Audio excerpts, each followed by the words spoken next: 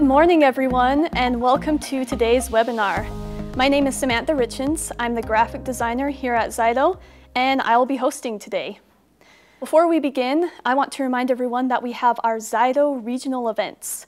Now, these events are a great way to get hands-on training, to get questions answered, and they're a lot of fun. Come out and interact with us. If you want to know more about these, just go to zyto.com/events. Registration is free, but the seating is limited, so make sure you sign up. Also, we have our ZYTO Wellness Challenge that we started this year and extended to all of you. It's very simple. Go out, go hiking, go biking, swimming, go run a race, whatever you want to do. Take a picture with it, post that to social media, and use the hashtag ZYTO Wellness Challenge. This will get you entered to win prizes that we do drawings for every month. All right, let's get into today's presentation. So our presenter is Davis Jaspers. Now Davis, after finding success in his own wellness journey, has dedicated himself to helping everyone else find success in theirs. Davis is the founder of the VitaLife program, a program which focuses on whole body wellness. They have 30 locations across the United States. So without further ado, I'm going to turn it over to Davis. Davis, how are you this morning? I am doing wonderful. Thank you so much for having me as part of this webinar today. Yeah, thank you so much for presenting to us. I'm really excited to see and hear what you have to say. Yeah, so my journey is very interesting. As you can see from my before and after picture, I had a weight issue. I slowly gained weight after college, and my intention was to become a pastor because I had a desire to be able to help people.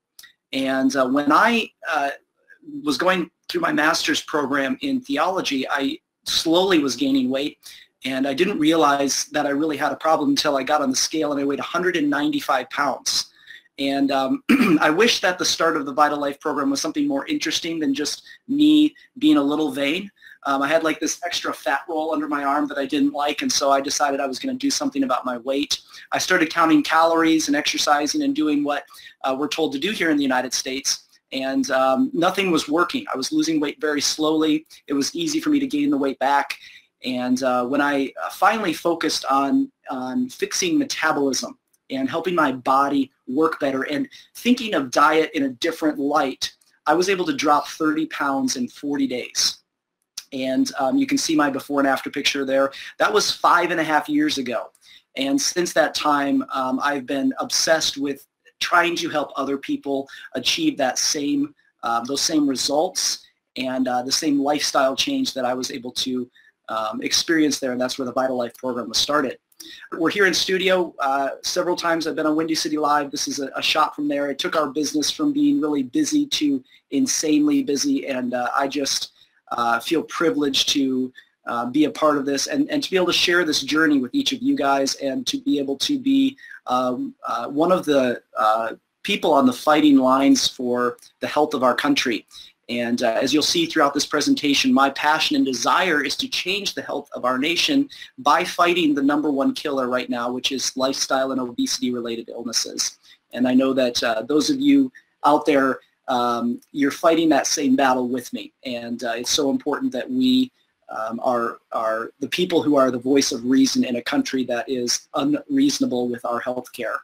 Some of our cool success stories, Chrissy lost 130 pounds, which is obviously remarkable. But my favorite thing about Chrissy is Chrissy was told, she has one kid, and she was told she would never get pregnant again. And she has several medical issues. She has endometriosis, she has polycystic ovarian syndrome, and obviously you can see from her before picture she's morbidly obese. Chrissy lost 130 pounds, and she did that in about 8 months on our program. And what's really interesting is the #1 treatment for infertility in the United States, even from the medical literature produced by the MDs, the #1 treatment is still weight loss. So before you do in vitro fertilization and go through all of these tests and everything else, the #1 way to increase your fertility issues is to get to a healthy body weight. So a healthy BMI for a pregnant woman is going to be between 20 and 25 is the goal. And that increases your chances dramatically of getting pregnant. Chrissy a month ago gave birth to Olivia Rose, a healthy baby girl. She was able to get pregnant again, even though that wasn't why she did our program. She did our program to lose weight, but she was able to get pregnant. So you have people that are, the fertility issues are a massive moneymaker in the United States. And there are natural ways to help women get pregnant, and the first way before doing anything else is get them to a healthy weight. So there's Chrissy's story. A few others. William, he lost 33.4 pounds. He did that in 40 days. Sarah lost 40 pounds in 60 days. Ed lost 46.2 pounds. He did that in 40 days. This is one of our health coaches. She started back in January of 2017. You can see the bottom right picture there. And she took pictures throughout her journey in February of 2018. She has lost 125 pounds. And it's really fun to see how you can see, with her transformation, how she's become so much more feminine looking, and really just brought out her beauty, and her confidence is extremely high, and she's just an amazing coach that we have. And it's just always fun to share some of the success stories. So to get into a few things, first of all, 1 in 3 Americans have saved no money for retirement. Now, you thought you were going to learn about weight loss, but we're going to talk about financial planning. I'm just teasing. This is the only slide that talks about financial planning. 50% of Americans have more credit card debt than they do savings. And 25% of Americans have no savings at all. And here's the point that I want to make on this slide. If this few of us in America, or in the people that we are trying to help, if this few people have made a plan for their financial future, which we hear about constantly. 50% of the ads on television today are either about financial planning, they're about banks, they're about insurance. It all has to do with you planning for your future here on this earth, right? Unfortunately, nobody has a plan for their health. And hopefully in your practice, you're helping people put together a plan to be healthy. Most Americans' plan for their health sounds something like this. I hope that as I age, I don't get cancer. I don't get a heart attack, or whatever the disease might. I hope I don't get an autoimmune disease, okay? I hope that when I retire that my Medicare and Medicaid can cover the medications that I need to live on. I hope that if I need to have some surgery, that my insurance company will cover it. Now, I like to call that plan living on hopium, okay? The reason that I like to call that plan living on hopium is it never works. And if we would approach the rest of our life the same way most Americans approach their health, we would never get anywhere. I mean, for those of you who have saved up money, and maybe you helped put your kid through college, or maybe your parents did that for you, you don't just go through life and then all of a sudden you open your bank account and it's like, oh my goodness, there's $200,000 in here. Looks like I can send my kids to college after all. Okay, that doesn't happen. You have to daily take the right steps in order to have the future that you want. The same thing goes with our health. And we need to have a shift in America that shifts from the immediate gratification. I want to eat this food right now, and I want to have a lifestyle of eating this food right now. This fast, easy, quick fix society that we're in has forced our eating to be extremely unhealthy. And I know what's fun here is I'm kind of preaching to the choir, but we have to be able to get this message out to the general population in America. We have to be able to curb the epidemic that we have. I love to use the example of Steve Jobs. Steve Jobs, when he died, his net worth was $10.2 billion. He had an estate worth $19 billion. You can see, on the slides there, some of his accomplishments. He had his own private yacht. Steve Jobs had every possible benefit that he could want in life. And sadly, we know that Steve Jobs died at the age of 56 from pancreatic cancer. Now, pancreatic cancer is a lifestyle cancer. In other words, it's most of the time preventable through lifestyle. Now, I know that most of you are thinking, well, Steve Jobs, he wasn't overweight, but his diet was really messed up. He ate fruit and only fruit, and you can't just eat one thing and be healthy. You have to eat the way our bodies were designed to eat, which is not one food group. There are 10 cancers that have obesity as the #1 risk factor, and pancreatic cancer is one of them. We all know that pancreatic cancer is a death sentence. Steve Jobs lived about 8 months after his diagnosis. Now, I have a question here. All right, we know that obesity is such an issue in the United States. So here's my question. What percentage of Americans are classified as either obese or overweight? Okay, so we're adding those two together. So there's a percentage of the population that's overweight, and then going past being overweight, there's a percentage of the population that's obese. Let's add those together. Go ahead and make your guess there. The results are in. So we have about 7% said 55%, about 40% said 70%, about 52% said the 85%, and we only had 2% say the 35%. Okay, hey, you guys did really good with that. I'm proud of everybody. But it's not 85%. It's good that it's not 85%. According to the most recent statistics by the National Institute of Diabetes, Kidney Disease, and Digestion, 70.1% of the American population is obese. Now, the scary thing is that obesity trend over the past 15 to 20 years is increasing at a rate of, I believe it's like 0.35% per year, and nothing is changing that. You know, whatever health initiatives we do, it is that percentage just continues to climb. So 85% is a reality for our future, and there's some very scary implications that we're going to look at in regards to that. And you know, we hear all the time that, you know, America has a problem with their weight. We have an obesity epidemic. This is horrible. This is bad. This is awful. But we almost become desensitized to it. And in the United States, it's almost okay to be overweight. It's like, it's kind of a joke.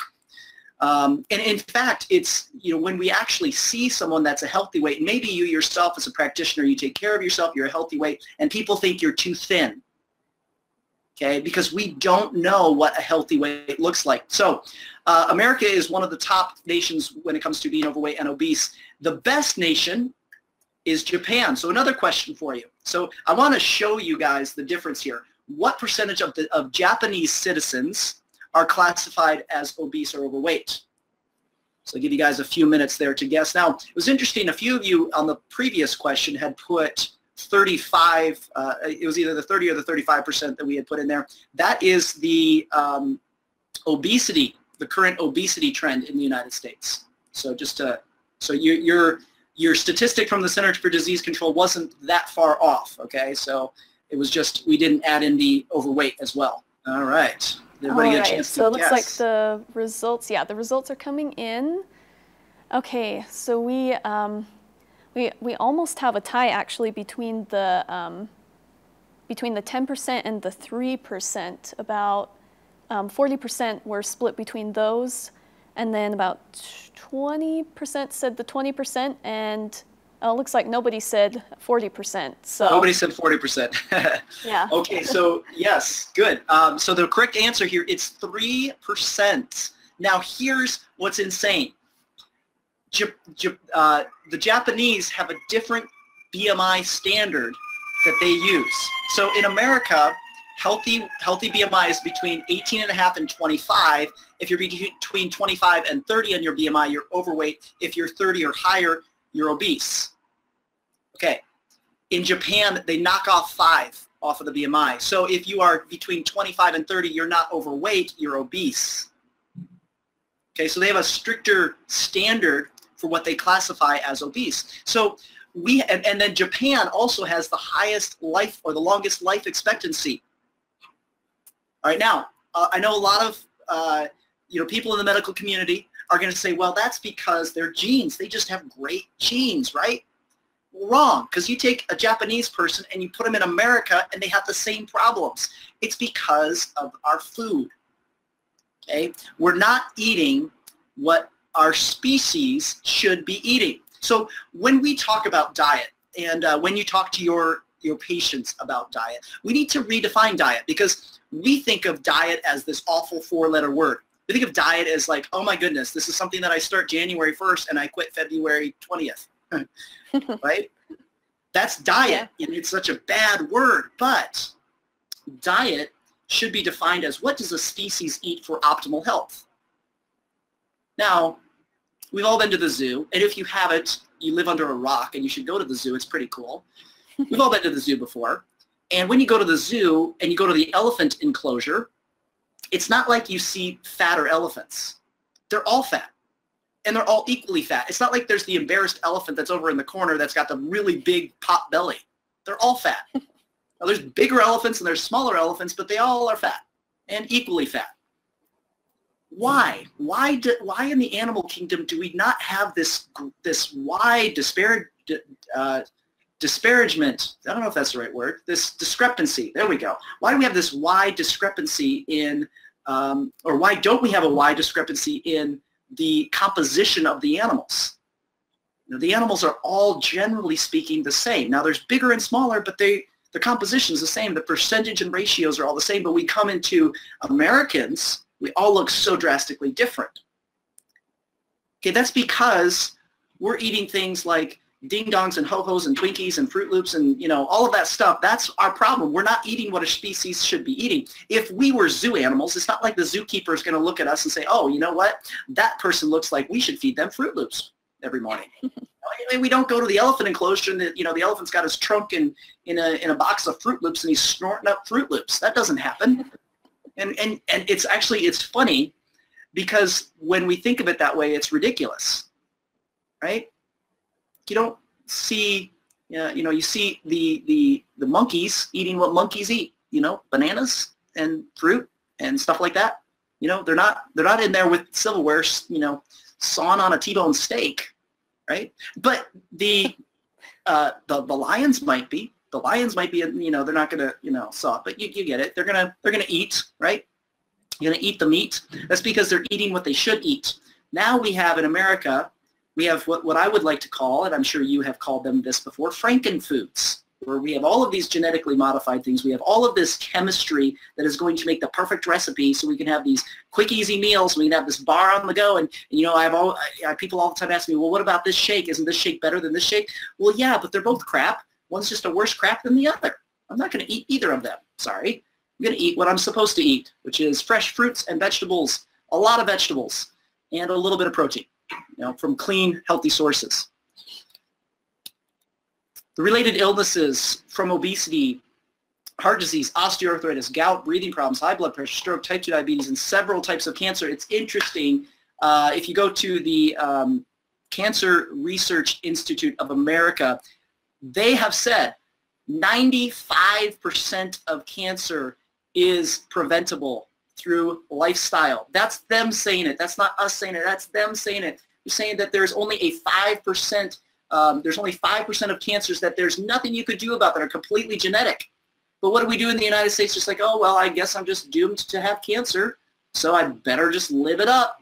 Okay, you can prevent these diseases through your lifestyle, and that is what we teach and what we preach at VitaLife. The estimated annual medical cost of obesity in the U.S., this is back in 2013, is $190.2 billion. And this is not heart disease, by the way, and not cancers caused by obesity. This is just bariatric surgeries, just direct costs from obesity. And obviously, this is back in 2013. Now, the point I want to make in this analogy is that healthcare every year goes up and up and up. The cost for our healthcare increases every year. And a big portion of that is because we are treating preventable illnesses. And if we want to fix our healthcare system, it's not about electing a different president. It's not about getting involved in Washington and trying to pass legislation. It's about each person individually taking responsibility for their own health, which is their most important asset they have in the world. Each person taking responsibility for their own health. If we would do that as a nation, we're going to fix our healthcare.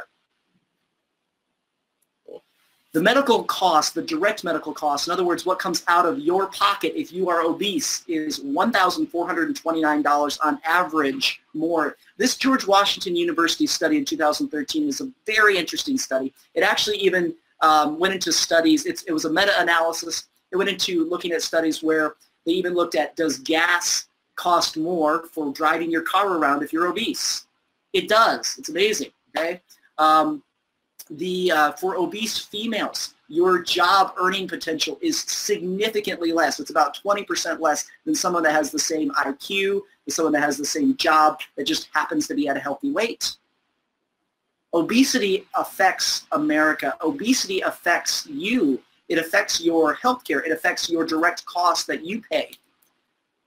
It also affects the cost of our products. Obese male employees take 6 more sick days per year than non-obese male employees, and obese female employees take 9 more sick days per year than non-obese female employees. Now, I want to be really clear here. Obese individuals are not missing work because they're lazy. In America, we have this idea that if you have a weight problem, you are a lazy sloth that has no self-control. Now, we're not going to come out and say it like that. You know, you go to your doctor says you need to lose weight, and you say, "Doc, how do I lose weight?" And they tell you, well, you need to eat less and exercise more, right? Those are the 2 things: eat less, exercise more. And that's what we've been telling our nation since the 50s. 1950 became the push. Eisenhower started the whole idea of being physically fit, and that's where, you know, national physical fitness and presidential physical fitness for our grade schools started. You know, where you see how fast you can run the mile and do push-ups and sit-ups and all of that. If you guys remember back to that time, you know, we had the focus. We had the focus to, you know, to lose weight by being active, and rather than having the focus to just be at a healthy weight because of the way our diet is. Now, all of these obese people are missing work because they're sick. We have to understand that if you are overweight or obese, that's an outward sign of an inward problem. Okay, it's just like a bruise. You know, if you have a bruise on your hand, that's an outward sign of an inward problem. The problem isn't the bruise. The problem is maybe you have a broken bone, broken blood vessels, simple contusion, whatever the case might be. When you're obese, it's a sign that there's something wrong, because if you're eating the right thing, it doesn't matter how much you eat. You should never gain or lose weight. You have to do unnatural things to gain weight. You look at bodybuilders. What do they have to do to gain weight? A lot. They have to eat unnatural amounts of food. They have to eat unnatural amounts of protein, and typically they're going to do that in a liquid form. They have to spend hours in the gym taking their muscles through things that the body isn't necessarily designed to do. It's not necessarily bad for them. It's an illustration of the extremes that as human beings we have to go through to actually change, because the body wants to maintain homeostasis. The body wants to maintain its weight.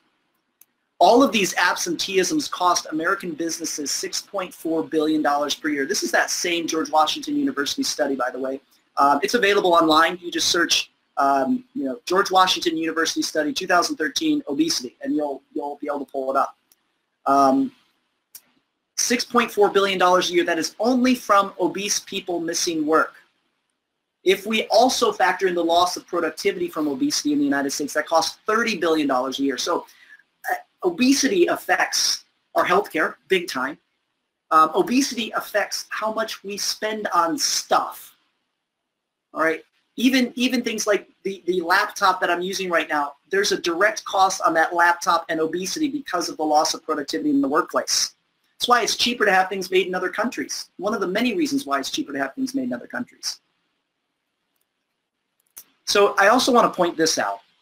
So we have a huge problem with obesity. Hopefully I've established that. It's affecting our healthcare. It's affecting our products, inflation, okay? But it's also, and this is probably the scariest thing, it's also affecting our national security.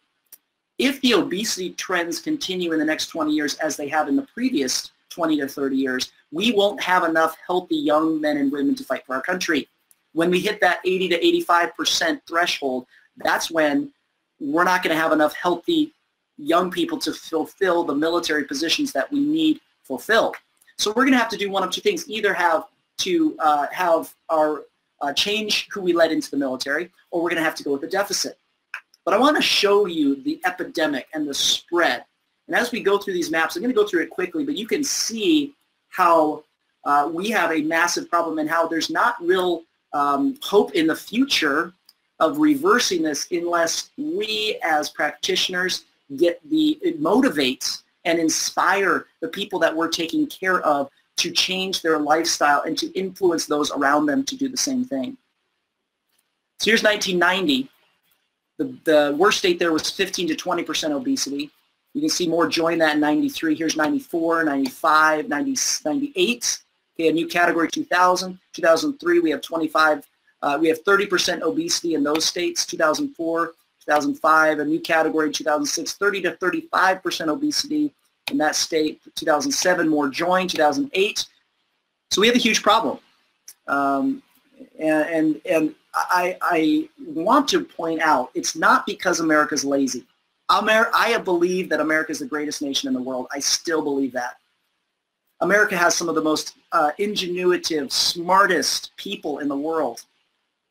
But we have a problem, and it's not because we're not trying.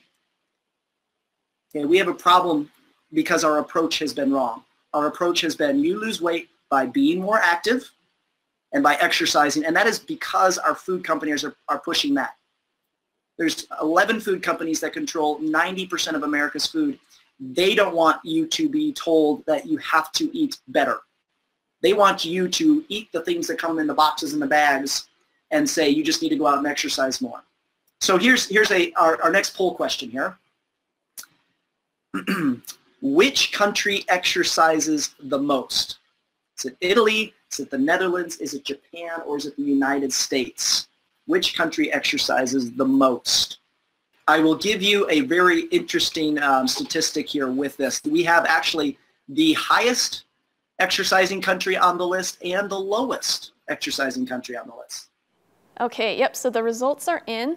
So we've got 6% said Italy, we have 27% said Netherlands, about 22% said Japan, and the most said the United States, about over 40% said the US. Perfect. Well, you guys, I'm so proud of you. America exercises, the average American, from this study, exercises 135 days a year. And the average across all of the nations is 112. And the lowest was the Netherlands at 93. Interestingly enough, the Netherlands exercises the least amount, but they have 1/3 of the obesity epidemic that we have in America. So our problem is not about exercising, because we are exercising. We're exercise nuts. And I know that you deal with people every day that are exercise nuts, and they still have a weight problem. This is why I want to just walk through why this doesn't work. All right. First of all, we are told to eat less, exercise more. We all know, and if you don't, this will be new information for you. 3,500 calories is a pound. Now, first of all, calories. Let's just take a moment to talk about calories. Calories is a concept in a branch of science known as thermodynamics. Now, most of us here are more on the branches of science called biology, which is how the human body works, as we all know. How the heck did thermodynamics get into biology? I still don't know the answer to that question, because the only way we can calculate calories equaling a pound is if we are calculating that in a vacuum, which is what that measurement is for. Thermodynamics, we have a vacuum to measure calories. We don't have a vacuum in our body. And we all hopefully understand that if I reduce my caloric intake, then my caloric outtake also is reduced at an equal amount. That's why reducing calories to reduce weight is a ridiculous concept. The body wants to live. There's actually a gentleman, he fasted for over a year, and he took multivitamins, and he's in the Guinness World Book of Records for doing this. He took multivitamins. He was very overweight as well, so he had a lot of fat. He took multivitamins, he took minerals. Those are the things that he did to make sure his body got the essential nutrients that it needed. But he didn't, for an entire year, he didn't eat for over an entire year. It's like 380 some days, I believe, is what he did. And he should have weighed, at the end of that experiment, he should have weighed a negative 20 pounds if we were doing the calories in, calories out concept. But he didn't. He weighed like 150. So what's the difference there? It's homeostasis. It's the body's desire to be alive. It's going to compensate. In fact, if you exercise and you burn 500 extra calories, your body is going to tell you to eat 500 more calories, because your hormones are going to say you need more food now. And we mess up this cycle when we start eating the wrong foods, where then our hormones don't signal correctly, our body doesn't work properly, and then we begin to gain weight and we have an issue with obesity. We begin to become leptin resistant. We all know about leptin resistance. We become leptin resistant and we just keep eating and keep eating and keep eating because the signals aren't happening. So if yes, go ahead. Oh, sorry. So we have a question came in. What do you think about intermittent fasting? I know that's become kind of big this year. Do you have any thoughts about that? Intermittent fasting, great question. I'm a huge fan of intermittent fasting. In fact, if we study how we're supposed to live, again, going back to that zoo analogy, food is not always readily available. Our plants are fairly readily available, but fruit is seasonal. As far as proteins, you may, as a hunter and gatherer, you may be able to go out and kill something, and maybe you don't. So you may go a day or two without that. So intermittent fasting is phenomenal, absolutely phenomenal. I practice that on a regular basis personally, and the VitaLife program, which we'll look at here in just a couple slides, the VitaLife program is a 8-16 intermittent fasting program where you eat for 8 hours and you fast for 16 hours. And then we're hoping to, when we get people to the lifestyle section of the VitaLife program, is that they will actually take an entire day every week and not eat anything. So I'm a huge fan of fasting. It is it is shown to reduce the two hormones that no one argues about that increase obesity and decrease obesity. Okay, so cortisol and insulin are the two hormones that are universally accepted to decrease and increase obesity. So in other words, if I have more cortisol and if I have more insulin, my weight goes up. If I have less cortisol and less insulin, my weight goes down. It is as simple as that. Those are the mechanisms, okay? So the VitaLife program is based upon those two mechanisms. How do we lower cortisol? How do we lower insulin? So phenomenal question. Intermittent fasting is awesome, and it's a little difficult to introduce to people because it's like, oh, I have to skip breakfast? Oh my goodness, like I'm gonna die. So it's a matter of being able to provide an easy way to ease into that, and by the time people are finished with our program, they actually enjoy it. It's like, I don't have to worry about prepping food today. I just drink water and I'm great. But great question. I love it. Yeah, intermittent fasting is phenomenal. So I have another question. Sorry, people are really excited about this. Somebody wants to know what you think about the keto diet. Oh, good question. So that's a really hot diet right now, the keto diet. And it's really good. It's interesting. The keto diet back in the 30s, 1930, between 1930 and 1940, that was the primary treatment for epilepsy. So when they had children that were having these epileptic fits, this is before they had medication for it, then they would treat that with a keto diet, and actually it had phenomenal results. In fact, the results on taking an epileptic person into a state of ketosis is more effective than the current drugs that they have. Okay, even today. So interestingly enough, though, the ketosis diet has a lot of misunderstandings with it in the United States, but it's phenomenal. So a couple of misunderstandings with that is some people think that it's bad because it's especially your diabetics, because they've heard from their doctor a term, and most of you will be familiar with this term as well, called ketoacidosis, which is a positive feedback loop. Okay, if you remember back to biology, a positive feedback loop is something that doesn't correct. It continues to grow and grow and grow until there's a release. And sometimes positive feedback loops are things like death. Okay, so a positive feedback loop continues because there's nothing correcting it. So a negative feedback loop is when something's correcting it. So ketoacidosis is the body is all of a sudden responding and says, I can't get sugar into my cells, okay, which is obviously a huge problem. I can't get sugar into my cells. So what it does is it thinks it needs more insulin. So it produces more insulin, which then causes more blood sugar to rise, and it continues to let the blood sugar rise because it still can't get the sugar into the cells. And it becomes this state where then the blood sugar builds up and builds up and builds up, and if you don't have direct medical intervention, you die from ketoacidosis. It's very common for type 1 diabetics, less common for type 2 diabetics. So that does happen, so just something to be aware of. But ketosis is difficult. The ketosis diet is difficult because of how low your carbs have to be.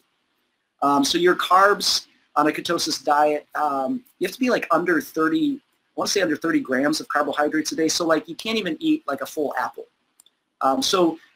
It takes 3 days typically to get into ketosis, and it takes 1 apple to get you out of ketosis, and then it takes you 3 days to get into ketosis again. So ketosis is not for the faint of heart. Ketosis is for somebody who is super, super, super diligent and super dedicated. A lot of people try the ketosis diet, but they're not real vigilant on it, and it doesn't work, and that's why. But good question. Did that answer that question? Yeah, I think that was good. Yeah, and there's a lot more I could say about the keto diet. Every weight loss regimen, if you're losing weight, and you're doing it correctly by burning fat, you're going to have a ketosis response. Doesn't matter what diet you're doing. So the Atkins diet, it's a ketosis diet. All right, it's the same principle. We're getting you into ketosis. We're teaching the body to eat fat, and then that trains your body to eat the fat that's in your body, and you're avoiding carbohydrates. That's the same principle. So the ketosis diet isn't actually all that new. It's just a little bit more zoned in today than it was back when Dr. Atkins came up with the Atkins diet. But it's eliciting the same metabolic pathway. So getting back to this, if I swim, now I'm 5'4", so I'm super tall. I weigh 140 pounds. All right. If I do an hour of freestyle swimming a day, I'm going to burn 450 calories. If I do that 7 days a week, I'm going to burn 3,150 calories. Let's just round that up to a pound. Okay, so let's say I lose 1 pound a week. Okay, that means that if I need to lose 50 pounds, if I'm obese, 40 pounds or more overweight, then I'm going to have to do that for an entire year. It's going to take me a year to lose 52 pounds. Okay. Now, I also want to point out, I'm not talking about water aerobics. I'm talking about like Michael Phelpsing it in a pool for an hour. Okay, now, I know that there's a lot of really healthy people out there, and those listening are probably kind of the cream of the crop here for health. So there's some of you out there that can probably freestyle swim for an hour. Okay? If you do that, you can burn, we'll call it 500 calories. Now, let's say you finish swimming, and you are driving home, and man, you feel so good about yourself because you did something good. You exercised, you lost weight. And you're driving home and you drive past McDonald's. Now, I don't care what time of day you drive past McDonald's, you can smell those French fries from like a mile away. And if that place is not run by Satan, I don't know what place is. Now, I used to be overweight, and I used to love McDonald's. And I still love McDonald's. Now, I don't love the cheeseburgers. They sit in your stomach for like hours. But the McDonald's French fries, I mean, come on. They're good. I don't care if you're a vegan that only eats raw lettuce. You have to admit, a McDonald's French fry tastes really good. So you drive past McDonald's and you think to yourself, you deserve a treat. Now, there's a reason why you think that you deserve a treat and why you're more hungry. It's because you burned extra calories. So your body is telling you eat. And you can't exert your will over your biology indefinitely.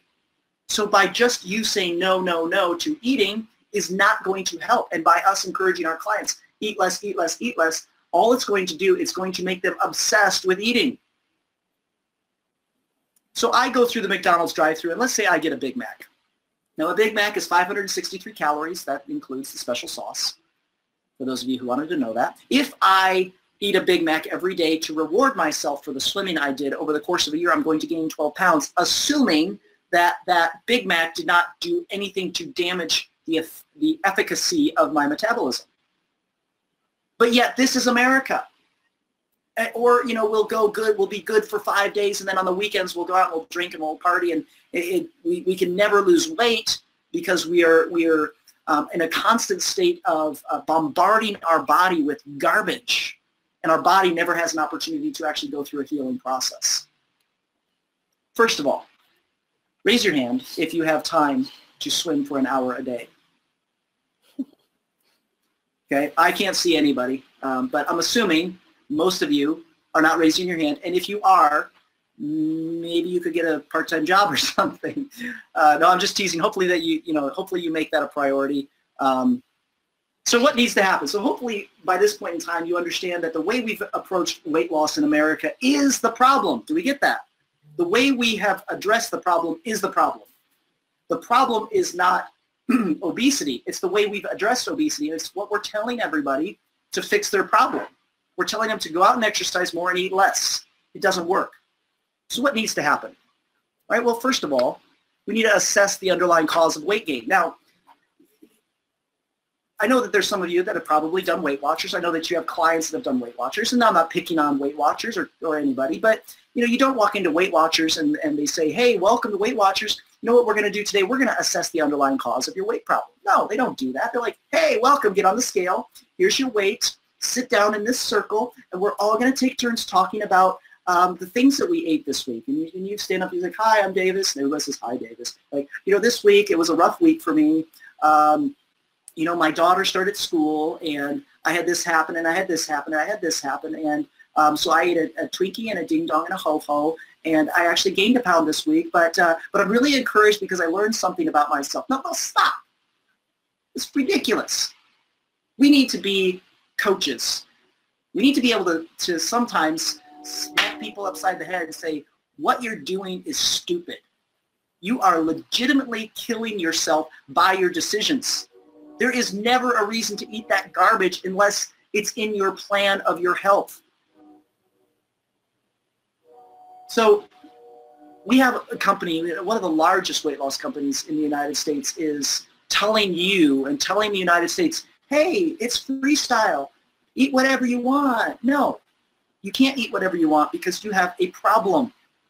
It's like telling the alcoholic, you can drink whatever you want. No, you have to break free from that. And we need people out there, yourself included, we need practitioners out there that are holding that line and that are not going to just make people feel good about themselves. We want people to feel uncomfortable because that is what causes change.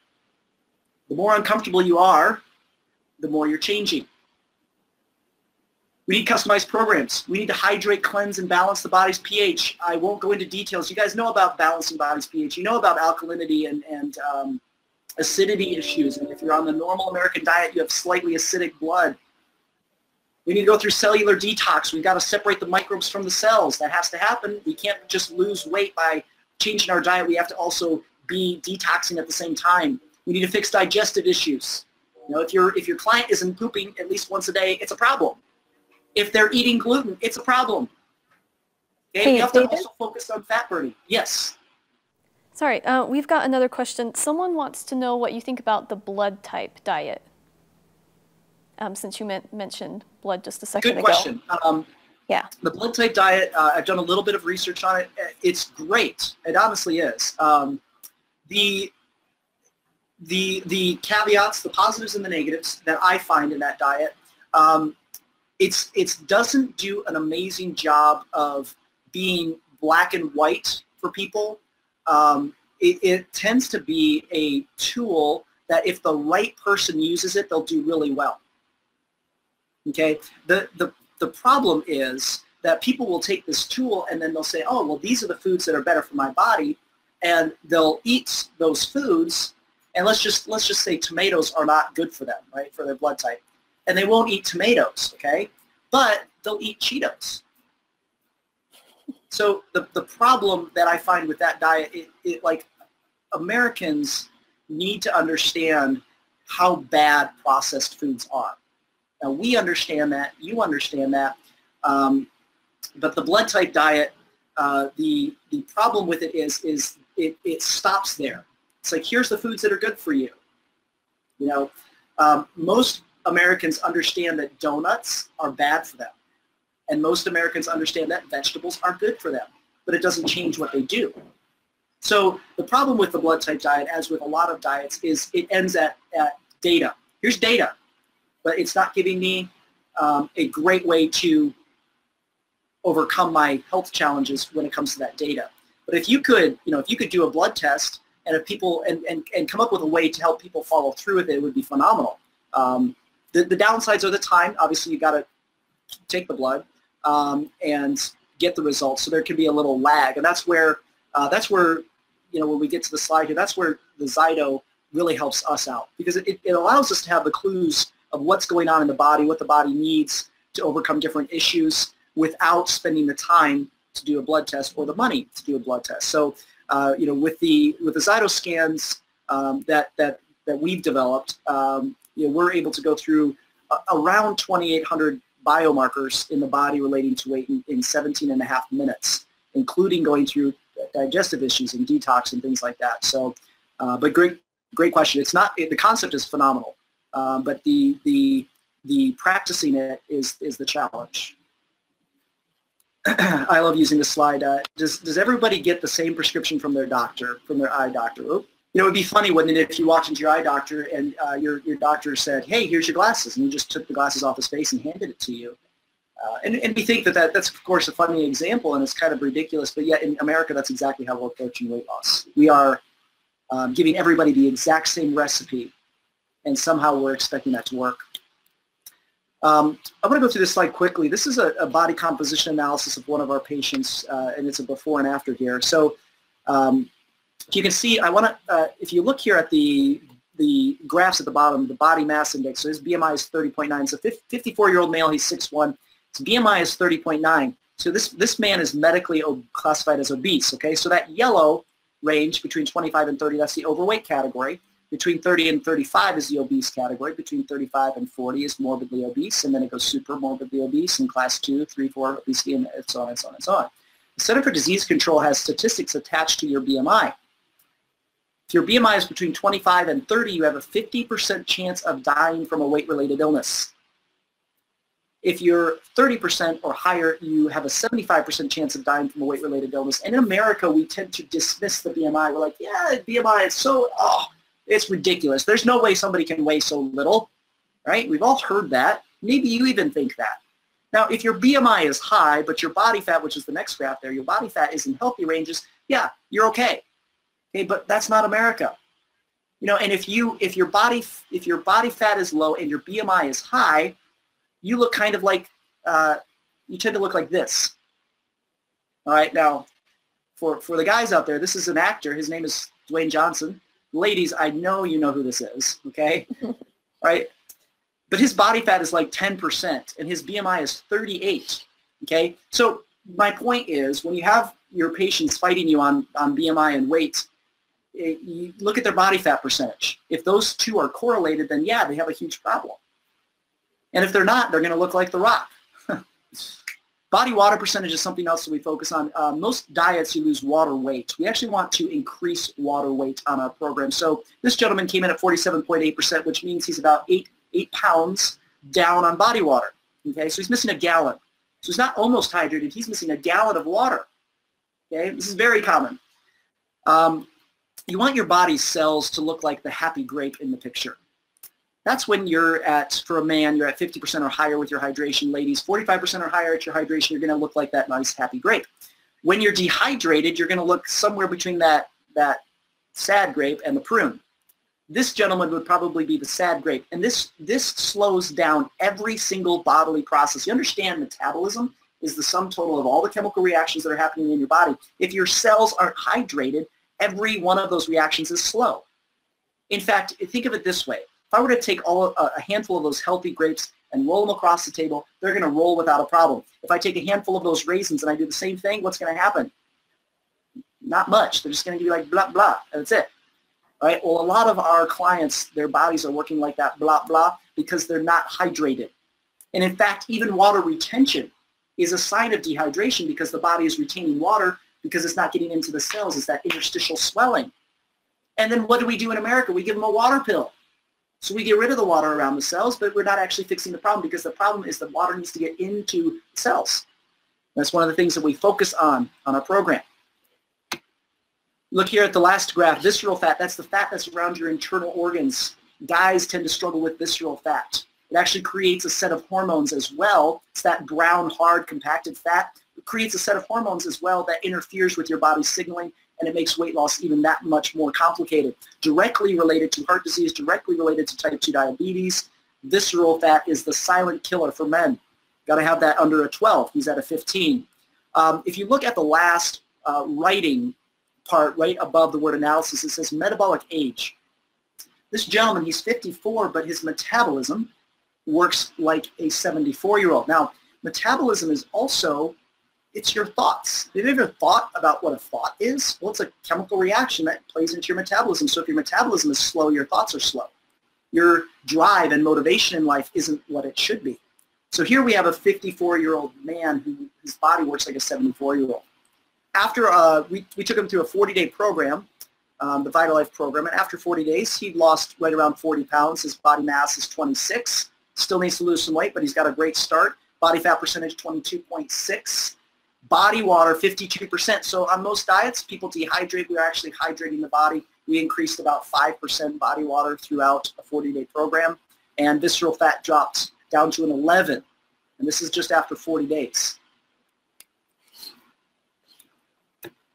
So what's VitaLife all about? First of all, I wanted to come up, I'm a big eater. Like, I love to eat lots of food. I wanted a program that allowed me to eat, that would allow me to eat a lot of food. So on my program, people aren't hungry. Even though they're doing 8 and 16, as far as intermittent fasting, they're not hungry. Their body, they're going to be eating more volumes of food than they're used to. Okay, now they're eating the right food, but they're eating more of the right food than they're used to. So like, if you want, you can have like 3 heads of lettuce or more. I mean, there's no limit. So how many heads of lettuce can you fit in your stomach, right? Not 3. And if you do, I would love to meet you, because that would just be impressive. There's no exercise required. A lot of times, you know, when people are overweight, they're going through life is exercise. Like, just carrying around that extra weight is exhausting. So for them to finish their day and then go and exercise is ridiculous, as well as the fact that we've already shown exercise is not a good means to lose weight. There's no prepackaged meals. We on the VitaLife program want to teach people how to fish so we can feed them for a lifetime, not give them a fish. Okay? And we can make a ton of money if we prepackage meals, but that's not what we're about. We're about teaching the next generation how to eat healthy meals at home. There's, of course, no drugs or hormones on our program. You get personalized support, weekly coaching, and we guarantee that people are going to lose at least 20 pounds in 40 days. That's the VitaLife program. This is the system that we take people through, because it's a stair-step process. So first of all, if you guys don't know this about ZYTO, there's a gentleman by the name of James Lawrence. He's pictured there. And incredible athlete. James Lawrence did 50 Ironman triathlons. Now, I know there's practitioners out there right now that have done an Ironman triathlon, and I applaud you. I have a lot of respect for that. But he did 50 Ironman triathlons in 50 different states in 50 days. He actually has a documentary out, and you can view it on Amazon. Amazing, absolutely amazing. And anyway, one of the things that he did to be able to accomplish this feat is he did a ZYTO scan at the beginning of every day to tell him what his body needed that day, and he did one at the end of every night to see what it needed for recovery. Now, if you think about going back to, like, if we're going to do blood type, or if we're going to try to even do blood work to see what does the body need, you can't do that on a daily basis. Like, this gentleman, he needed something different, and so that's why he went with ZYTO. So now what's fun is we can take something used by an elite athlete and let our patients use that on a daily basis. Phew, I got to get going here. Okay, so our process, we take people through our ZYTO scan. We take them through 40 days of weight loss. We take them through a lock-in stage. We do another scan. So what's nice is the scan is able to customize their program as their body is changing. Our program is super simple. You wake up in the morning. You're going to take customized supplements based upon what your ZYTO scan said. You're going to get on the scale. You're going to text us your weight. You're going to skip breakfast. This is the 8:16. You're going to have proteins, fruits, and vegetables for lunch. You're going to snack on veggies in the afternoon if you want. You're going to have proteins, fruits, and vegetables for dinner. You're going to snack on veggies after that if you want, and then you go to bed. That's the VitaLife program. It's super simple. All of your food, though, has to be within 8 hours. So if you start lunch at noon, you're done by 8 p.m. You start lunch at 1, you're done by 9 p.m. Okay? And when I'm talking through, when I'm talking to people about their health, I always challenge them with their finances, because a lot of people think I can't afford to spend money on your program or for health. This is a great slide that I love to use. The average American spends $2,000 a year on cable and internet. Okay, well, that pays for my program, and that probably pays for a lot of programs you have. According to the Simple Dollar, the average American eats out 4 meals per week, which is $2,785 a year for one person. So if you have a family, that's more. So the reason why I show these things is, and you guys can use this data to help people overcome their misunderstanding of finances. They have the money. It's whether or not they want to spend it on something that's valuable. It's whether or not we've built value into our services. Over 20 years, that'll cost the average household $50,000. Now, I said at the beginning, America does not have a problem with us being lazy sloths.